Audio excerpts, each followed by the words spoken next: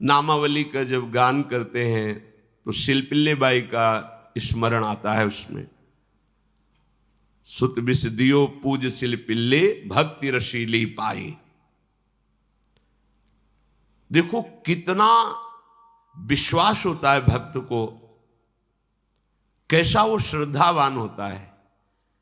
एक राजकुमारी और दूसरी एक जमींदार की पुत्री, दोनों को मित्रता थी। एक दिन राजा के यहां भगवत प्रेमी महात्मा आए। वो संत सेवी राजा थे, महात्मा जन आते रहते थे और महात्माओं का कार्य ही होता है निरंतर अपने प्रभु की सेवा और सुमिरन में मगन रहना।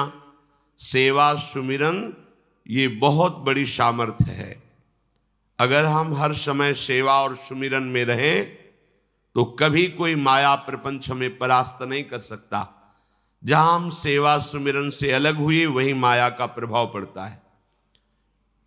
तो भगवान का शालिग्राम स्वरूप उनके पास था, खूब भाव से सेवा कर रहे थे और नवीन अवस्था की कोमल हृदय वाली ये दोनों सखियां देख रही थी। इनके मन में आया ऐसे हम भी ठाकुर सेवा करेंगे। देखने से सुनने से हमारे हृदय में प्रभाव पड़ता है। गंदी बातें देखेंगे, गंदी बातें सुनेंगे, उसी का चिंतन होगा, हृदय गंदे आचरणों की प्रेरणा वाला बन जाएगा। अगर हम भागवतिक बातें सुनेंगे, भागवतिक दर्शन करेंगे तो भागवतिक चिंतन होगा, हृदय भागवतिक प्रेरणा वाला बन जाएगा। कई दिन संत भगवान रुके, रोज सेवा कीर्तन कथा, सरल हृदया। उन दोनों सखियों में बात आई कि चल करके संत भगवान से कहते हमको भी ठाकुर जी दीजिए। दोनों ने चरण पकड़कर प्रार्थना की, गुरुदेव हमारे हृदय में भी इच्छा हो रही कि हमें ठाकुर सेवा मिले। अब दोनों बच्चे ही थे। संत भगवान ने विचार किया सेवा पद्धति में बहुत सावधानी की आवश्यकता होती है। अभी ये बच्चे हैं, कहीं सेवा अपराध न बन जाए। सेवा अपराध भी होता है। उपासना में चलने वाले उपासक को सेवा अपराध और उप सेवा अपराध 32 ये 64, इन पर सावधान रहना चाहिए। ये गलती नहीं होनी चाहिए। जैसे आप ठाकुर सेवक हैं, अपने घर में सेवा विराजमान किए हुए हैं। अब जैसे आपको ठाकुर जी के दर्शन के लिए जाना है, तो जहां तक ठाकुर जी के दर्शन करने के लिए जाना है, हो सके तो पादुका ना पहने, नंगे पैर दर्शन करने जाए। यदि आप में ऐसी सामर्थ्य नहीं है किसी कारण से, तो सीढ़ियों में पादुका नहीं पहनना चाहिए। जहां से मंदिर की सीढ़ियां हैं, पादुका उतार कर माथा रखकर सीढ़ी में फिर चढ़ना चाहिए। खड़ाओं या पादुका पहन करके श्री विग्रह के दर्शन करने के लिए जाने में फिर अपराध लगता है। अरे अपने मालिक के दर्शन करने जा रहे हैं, स्वामी के दर्शन करने जा रहे हैं, प्रभु के दर्शन करने जा रहे हैं, तो अपनी कुटिया से और मंदिर तक नंगे पैर जाना चाहिए। ये भावना रखनी चाहिए। भरत जी जा रहे हैं प्रभु के दर्शन करने के लिए, अयोध्या से पैदल ही चले थे, तो सुकुमार चरणारविंद तो बड़े बड़े फफोके छाले पड़ गए थे। वशिष्ठ जी ने देखा, सबने मिलकर भरत जी से कहा पालकी पे बैठ जाइए। तो उनका हाँ, मेरे प्रभु यहाँ नंगे पैर चले हैं और मैं पालकी पे बैठ जाऊं? उचित तो यह है कि अपने प्रभु के दर्शन के लिए मैं जा रहा हूं, तो जहां जहां प्रभु के चरण पड़े वहां मेरा शीश पड़े, अर्थात सिर भर जाऊं। उचित मोरा सप्ते सेवक धर्म कठोरा। यहां मैं सर के बल चल के जाऊं पर असमर्थ हूं। तो आप कह रहे हैं पैर में छाले पड़ गए, आप सवारी में बैठ जाइए। ऐसा नहीं हो सकता। तो अपने प्रभु के दर्शन करने के लिए जब जाए तो हो सके, सामर्थ्य हो तो पादुका न पहने, कोई खड़ाऊं चप्पल जूता आदि ना पहने। अगर पहने हैं तो बस सीढ़ी तक ही पहन कर जाए, ऊपर सीढ़ियों के नहीं। इतने सुकुमार मत बनो, ये आग में जलाया जाएगा शरीर, ये गाड़ दिया जाएगा शरीर, इससे ज्यादा प्यार ना करो। अब इतना दृढ़ विश्वास कि ये बच्चे हैं, सेवा भाव कैसे पूर्ण कर पाएंगे? तो उन संत भगवान ने दोनों बच्चियों से कहा, आप कल ठाकुर जी लाएंगे, हम आपको दे देंगे।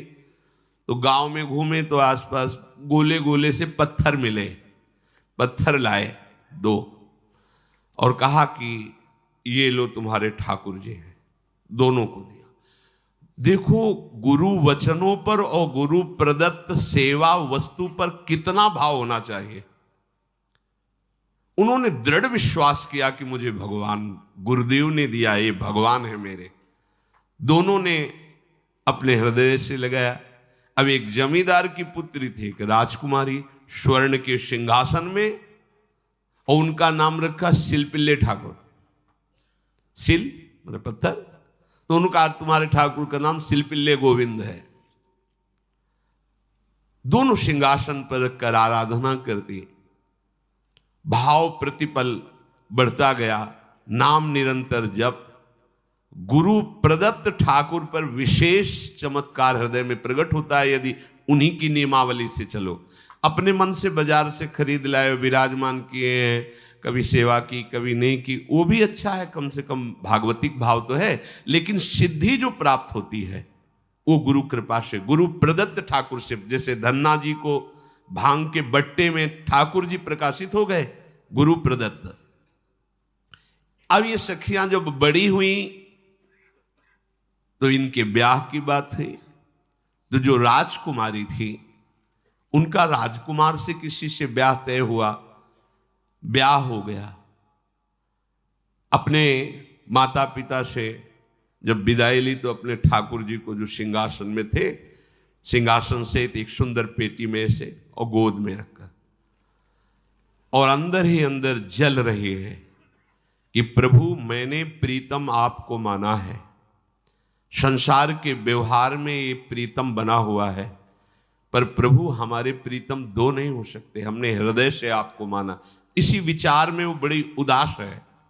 पहले पालकियों में ऐसा राज सैनिक चल रहे हैं, पालकियों में वो बहू जा रही है और राजकुमार घोड़े पर।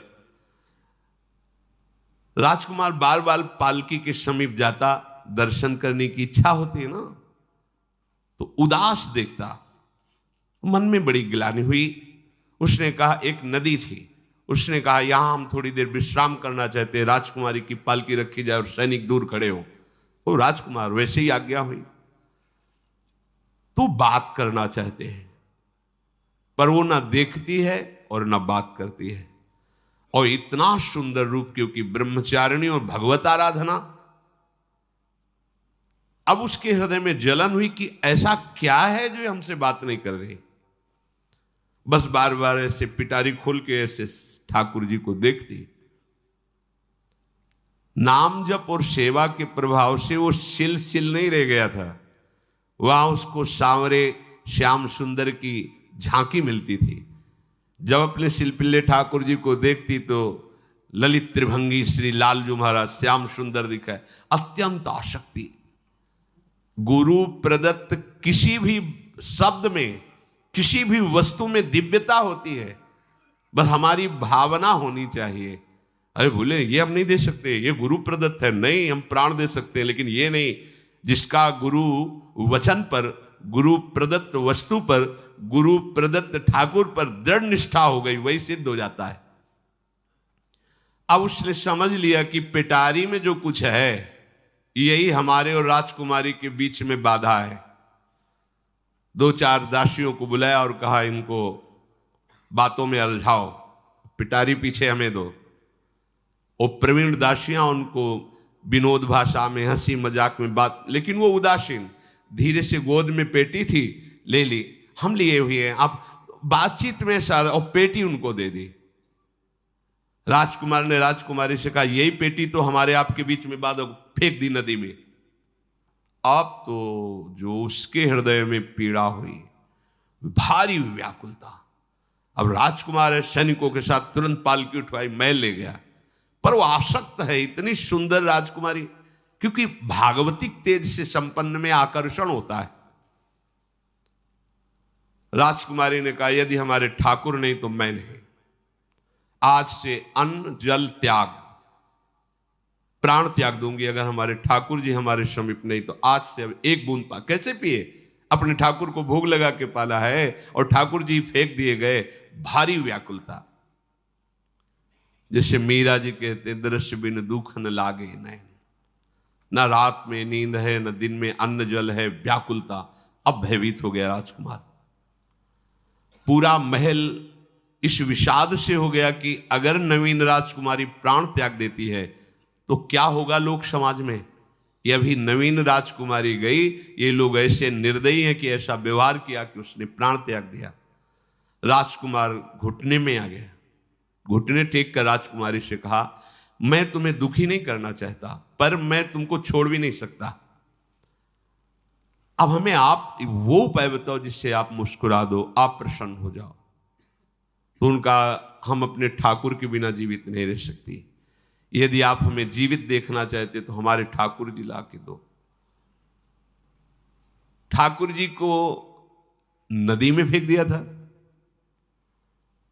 पारिवारिक जनों के साथ राजकुमार उस नदी के तट पर गए और राजकुमारी से कहा, तुम्हें इतना प्रेम ठाकुर जी से, तो तुमसे ठाकुर जी कितना प्रेम करते हैं? अगर तुमसे ठाकुर जी प्रेम करते हैं तो मुझे प्रमाणित कर दो, तो मैं जीवन भर तुम्हारी आज्ञा में रहूंगा। अच्छा, तो तुम ये देखना चाहते हो कि ठाकुर जी हमसे कितना प्रेम करते हैं? हाथ फैलाया और आर्त भाव से पुकारा कि गोविंद, अब आपके बिना मैंने जीवित नहीं रहना। अंदर से जीव ही प्रार्थना की तो जल से सिंहासन सहित सिलपिल्ले भगवान जैसे कोई वायु के प्रवाह में आ रहा हो, ऐसे आए और छाती से चिपक गए। पूरा परिवार, राजकुमार ये देख रहा था। हृदय से ठाकुर जी चिपक, जीवन भर के लिए दासत्व स्वीकार कर लिया और कहा, जैसी आप आज्ञा करोगे। जैसे मीरा जी, जब राणा जी से ब्याह हुआ तो प्रथम मिलन की रात में मीरा जी ने कहा, सावधान, तुम हमारे पति नहीं हो, मेरा सुहाग गिरधर से है, श्याम सुंदर ही मेरे पति हैं। व्यवहार में तुम पति बने हो। यदि हमारी बात समझ पा रहे हो तो जीवन में कभी हमारा स्पर्श मत करना। ये जीवन केवल गिरधर के लिए, दूसरे के लिए नहीं। उतर गए शैया से और जैसे सेवक होता है, बोले, अहो भाग्य, मुझे ये सौभाग्य मिला कि इतनी महाभाग्यवती की सेवा करने का। एकांत में मैं सदैव तुम्हारे शिष्य की तरह बर्ताव करूंगा, पर समाज में तुम्हें बहू की तरह बर्ताव करना होगा, नहीं तो लोग जीने नहीं देंगे। समाज में पत्नी की तरह और एकांत में गुरु शिष्य के। तुम हमारी गुरु होगी और हमसे ऐसा ही बर्ताव राणा ने जी, ऐसा ही उस राजकुमार ने दिया। हमारी भागवतिक निष्ठा ऐसी होनी चाहिए कि जो गुरु जी ने मंत्र दिया है, जो गुरु जी ने उपासना दी है, उसमें दृढ़ विश्वास होना चाहिए। हमारे अंदर किंचन मात्र फिसलाव नहीं होना चाहिए। और आगे जो महामहिम सूत्र है, जब तक हमारा मन प्रभु में समर्पित ना हो जाए तब तक पाप होने की संभावना होती है।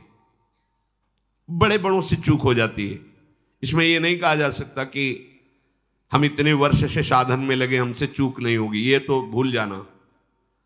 बड़े बड़ों से चूक करवा देना माया का कार्य होता है, पर जिनका मन प्रभु को समर्पित हो गया है उनसे चूक नहीं हो सकती।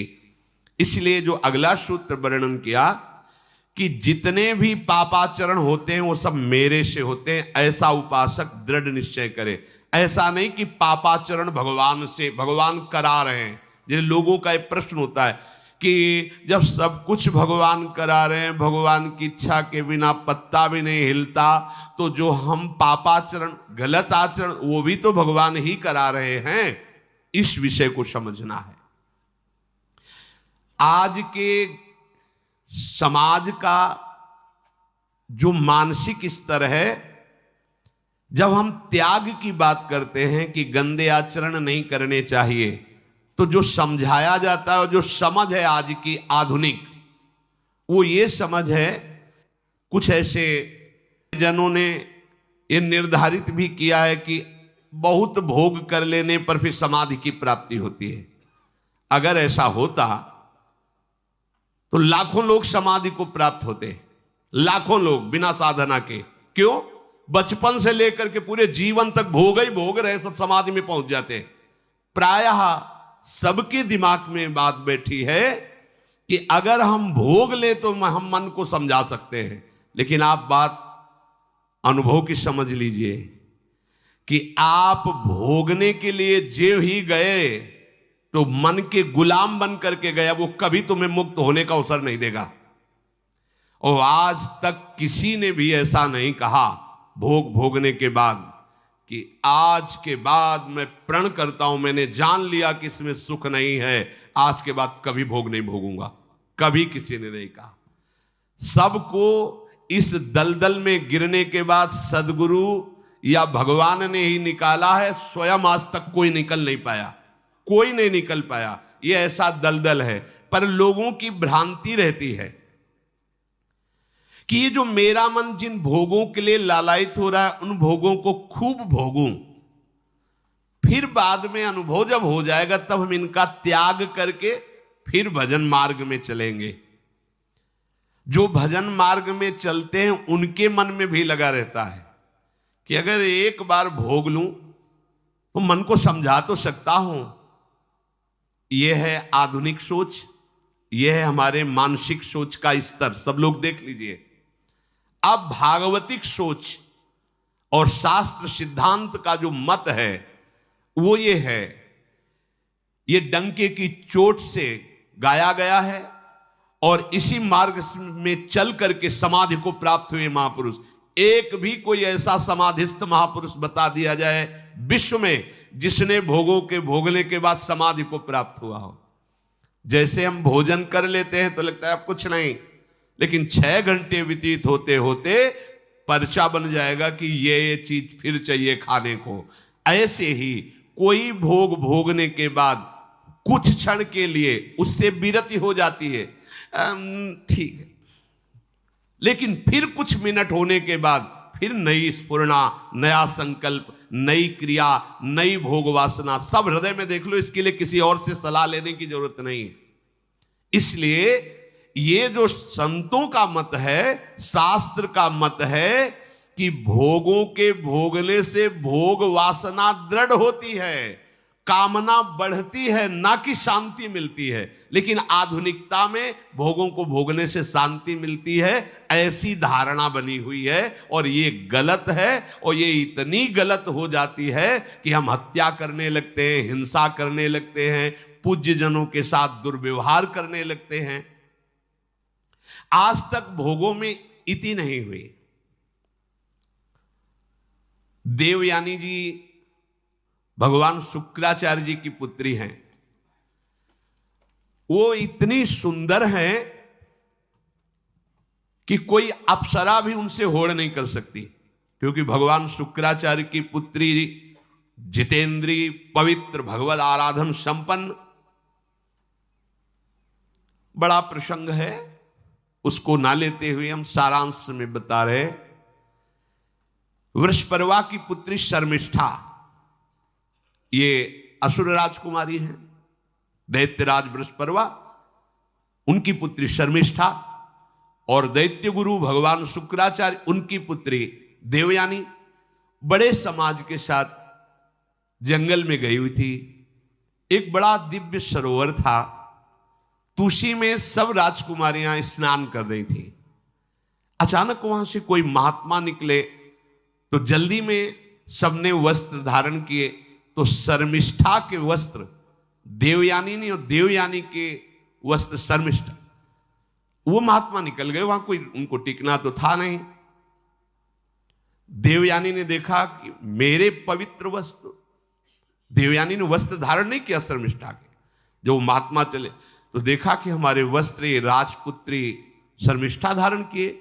तो उनका तुझे पता है मेरे वस्त्रों को स्पर्श करने का भी तेरे को अधिकार नहीं, तूने धारण कैसे कर लिया? तो उनका ज्यादा मत बोल, इतना गुमान करके मत बोल। जैसे सब सेवक पलते हैं मेरे महाराज से, ऐसे तेरा पिता और तू भी मेरे महाराज के द्वारा ही पोषित है, क्योंकि वो तो राजा है, सारी सेवाएं वही देते हैं। ऐसा नहीं बोलना चाहिए, क्योंकि गुरु पुत्री है, आचार्य पुत्री है और सम्माननीय है, पर ऐसा वो बोल गई शर्मिष्ठा। देवयानी ने कहा, तुझे पता है अगर मेरे पिता की दृष्टि बदल जाए तो 2 मिनट में देवता तेरे पिता सहित संपूर्ण राज्य को नष्ट कर देंगे। मेरे पिताजी के भय से ही देवता आक्रमण नहीं कर। शुक्राचार्य मंत्रवेत्ता है। ज्यादा बात बढ़ गई तो राजकुमारी का शासन चलता है। उसने कहा इस गुरुपुत्री को उठाकर कुएं में डाल दिया जाए, और उस समय वस्त्र धारण नहीं की हुई थी, उनको उसी स्थिति में डाल दिया गया और वो चली गई। उसी समय शिकार खेलने के लिए महाराज ययाति चक्रवर्ती सम्राट तो आवाज सुनी। सैनिकों ने बताया कि कोई देवपुत्री है, दिव्य तेज प्रकाशित हो रहा है उनके शरीर से, और दूर से देखा है ऐसा लग रहा है कि शायद वो वस्त्रहीन भी हैं। उन्होंने कहा तुम लोग दूर जाओ, और स्वयं महाराज ययाति गए और उनको, तो जब हाथ पकड़ के निकाला और अपने वस्त्र से उनको आवेष्टित किया, तो उन्होंने कहा कि हमारी आर्य मर्यादा है, एक बार आपने हमारे शरीर को देख लिया और हमारे हाथ को पकड़ लिया, अब आप हमारे जीवन भर के लिए पति स्वरूप हैं, स्वीकार कीजिए। तो उन्होंने कहा कि देवपुत्री मैं तो आपका परिचय भी नहीं जानता हूं, आप कौन हैं? तो उन्होंने कहा भगवान शुक्राचार्य की पुत्री देवयानी। घुटने पे हो गए तत्काल। उन्होंने कहा इतने बड़े महापुरुष की पुत्री के साथ मैं ब्याह कर सकूं, मेरी सामर्थ्य नहीं, क्योंकि मैं क्षत्रिय कुल में प्रकट हुआ राज परिवार से हूं, और वो तो देवताओं के द्वारा भी वंदनीय है शुक्राचार्य जी। तो उनका आप निश्चिंत रहो, ये विषय मैं संभालूंगी, पर आप मेरे पति हैं, ये स्वीकार कीजिए। बोले यदि शुक्राचार्य जी इस पर राजी हैं तो हम ये बात स्वीकार करते हैं। शुक्राचार्य जी विलंब होने के कारण व्याकुल ही थे। देवयानी जी ययाति जी को लेके गई। बड़ा प्रसंग है, पर उन्होंने कहा जब आप राजी हैं तो हम राजी हैं। शुक्राचार्य जी राजी हुए और वृषपर्वा को सूचना दिया कि मैं तुम्हारे राज्य को त्याग कर जा रहा हूं। वो तो तत्काल आकर चरणों में गिरे, महाराज आपके बिना मेरा अस्तित्व क्या है, आप कैसे राजी हो सकते हो? बोले मेरी पुत्री को दिगंबर करके कुएं में डाल दिया गया, मैं इस अपराध से बिल्कुल तुम्हें माफ नहीं कर सकता। बोले कोई उपाय? तो बोले देवयानी बोले। तो देवयानी ने कहा तुम्हारी पुत्री हमारी दासी होकर चले तो मैं तुम्हें क्षमा कर दूंगी। बोले बिल्कुल ठीक, तथास्तु। पूरे राज्य की रक्षा के लिए राजकुमारी शर्मिष्ठा को देवयानी की दासी भाव में अब महाराज ययाति के महल पे पहुंचे। देवयानी ने कहा कि ये जो दासी भाव में आई हुई हैं ये सर्वांग सुंदरी हैं, और आपका कभी मन उधर चलना भी नहीं चाहिए, अगर चलेगा तो आप हमारे दंड के पात्र बन जाएंगे। स्वीकार कर लिया और बहुत दूर उनके लिए महल का निर्माण करवाया और वो सेवा में आती रही। कुछ समय के बाद जब देवयानी जी के पुत्र हुए तो वन विहार के लिए अपने पुत्रों को लेकर चली, तो उधर शर्मिष्ठा के 2 पुत्र हो चुके थे, इनको पता भी नहीं था, और वो दौड़ कर आए, ययाति को पिताश्री कह करके आलिंगन किया, छोटे छोटे बच्चे। देवयानी ने कहा कि हमने कहा था तुम्हें देखना भी नहीं है और किसके पुत्र हैं? शर्मिष्ठा मुस्कुरा रही थी। देवयानी ने कहा तुम्हें दंड देंगी ही देंगी, और चली गई भगवान शुक्राचार्य जी के पास। ययाति भयभीत होकर के गए और शुक्राचार्य से प्रार्थना करे क्षमा कीजिए मुझसे गलती हो गई। और शर्मिष्ठा से ऐसे नहीं मिले। शर्मिष्ठा ने कहा था कि आप जानते हैं कि मैं दासी नहीं हूं, मैं राजकुमारी हूं, ईर्ष्यावश दासी बना करके लाई गई हूं, और मेरी सखी के पति हो इसलिए आप मेरे भी पति हो, मेरा अधिकार है आपसे संतान उत्पन्न करने का, शास्त्रीय सिद्धांत है। शुक्राचार्य जी ने कहा कि जो देवयानी कहेंगी वही हम मानेंगे, क्योंकि मेरी पुत्री है। क्या चाहती हो? तो बोले पुरुषत्व से इनको हीन कर दो। गुस्सा में आके शुक्राचार्य जी ने कहा तथास्तु। उसी समय महाराज ययाति पुरुषत्व से हीन हो गए और वृद्धावस्था छा गई शरीर में। अब ययाति ने कहा अब सुखी रहोगे तुम। तब देवयानी को भी होश आया कि ये तो क्या हमने अपना ही सर्वनाश कर लिया। कहा पिताजी अब इसका सुधार कैसे होगा? तो बोले जो पुत्र अपनी यौवन अवस्था दे देगा वही यौवन अवस्था इनके ऊपर आ जाएगी, वृद्धावस्था उसके पास चली जाएगी।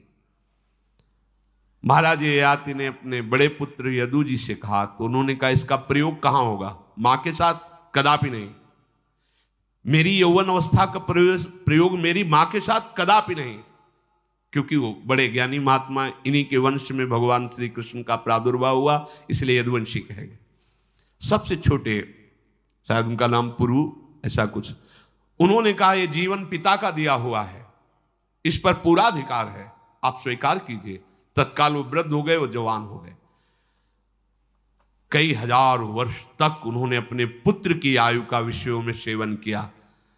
फिर उनके मन में एक दिन बहुत घृणा हुई, धिक्कार है मेरे जीवन को और धिक्कार है इस भोगा शक्ति को। अपनी आयु तो गंवा ही दी, अपने पुत्र की भी आयु गंवा दी, फिर भी वैसे ही भोग वासना। तो उन्होंने सबको शिक्षा देने के लिए बात कही, यत् पृथिव्यां व्रीहि यवं हिरण्यं पशवः स्त्रियः न दुह्यन्ति मनः प्रीतिं पुंसः कामः तस्यते न जातु कामः कामानाम् उपभोगेन साम्यति हविषा कृष्णवर्तमेव भूय एवाभिवर्धते यदा न कुरुते भावं सर्वभूतेष्वमङ्गलं समदृष्टेस्तदा पुंसः सर्वा सुखमया दिशा या दुस्त्यजा दुर्मति भीर्जीर्यतो या न जीर्यते ताम तृष्णा दुख निवहाम शर्म कामो द्रुतम त्यजेत। जिसका हृदय काम से व्याकुल हो गया है उसको त्रिभुवन की सारी सुंदरी स्त्रियां दे दी जाएं, जौ धान्य स्वर्ण पशु सब वैभव, तो भी वो कभी तृप्त नहीं हो सकता। ये महाराज ययाति का अनुभव। त्रिभुवन की विषय भोग भोगने से भोग वासना शांत नहीं होती, वरम और प्रबल हो जाती है। जैसे घी की आहुति डालने पर आग भड़क उठती है, वैसे ही भोगों को भोगते ही रहने पर भोग वासनाएं प्रबल रूप धारण कर लेती और वो इतना कमजोर हो जाता है कि सोचता है मैं इसके बिना जी नहीं सकता। जब मनुष्य किसी भी प्राणी से राग कर बैठता है तो उसके हृदय की सामर्थ्य नष्ट हो जाती है। किसी भी, देखो ना, छोटे छोटे नशाओं में इतना हम आसक्त हो जाते, अब हम इसके बिना जी नहीं सकते। किसी भी वस्तु का जब हम भोग करते, इसके बिना जी नहीं सकते। इसलिए सबको संदेश महाराज ययाति देते हैं, यदि तुम अपनी कामना को शांत करने वाले, रोकने वाले बन गए तो दसों दिशाएं तुम्हारे लिए सुखमयी हो जाएंगी। विषयी पुरुष को तृष्णा रात दिन जलाती रहती है, बहुत भोग भोगने पर भी वो कभी शांति या तृप्ति प्राप्त नहीं कर पाता। इसलिए जब हम भगवत मार्ग में चलते हैं तो ये तृष्णा और कामना ये डाइन की तरह हमारे हृदय में लगी रहती है। तृष्णा, भोगे हुए भोग को बार बार भोगने की इच्छा, कामना, सुने हुए देखे हुए भोगों को भोगने की इच्छा। तो उपासक जब तक अपने मन को प्रभु में नहीं दे पाता तब तक मन ये धोखा दे देता है। इसलिए बहुत सावधान रहना चाहिए। प्रभु की शरण में हो करके नाम जप करो और सदैव गुरुजनों की आज्ञा पर रहो, तो ये काम, कामना, वासना, ममता, आसक्ति, राग, द्वेष ये तुम्हें बांध नहीं पाएंगे। इनकी कृपा से आपको भगवत साक्षात्कार हो जाएगा। गुरु वाणी, संतों की वाणी, ये हमारा जीवन बन जाए। अगर ये जीवन नहीं है तो फिर मन हमें ऐसी जगह फंसा देगा जहां से हम निकल नहीं पाएंगे। इसलिए सावधान होकर जीवन व्यतीत कीजिए। बड़ा अमूल्य जीवन है। अमूल्य जीवन का लाभ है भगवत प्राप्ति, भगवत साक्षात्कार। श्री राधा वल्लभ लाल।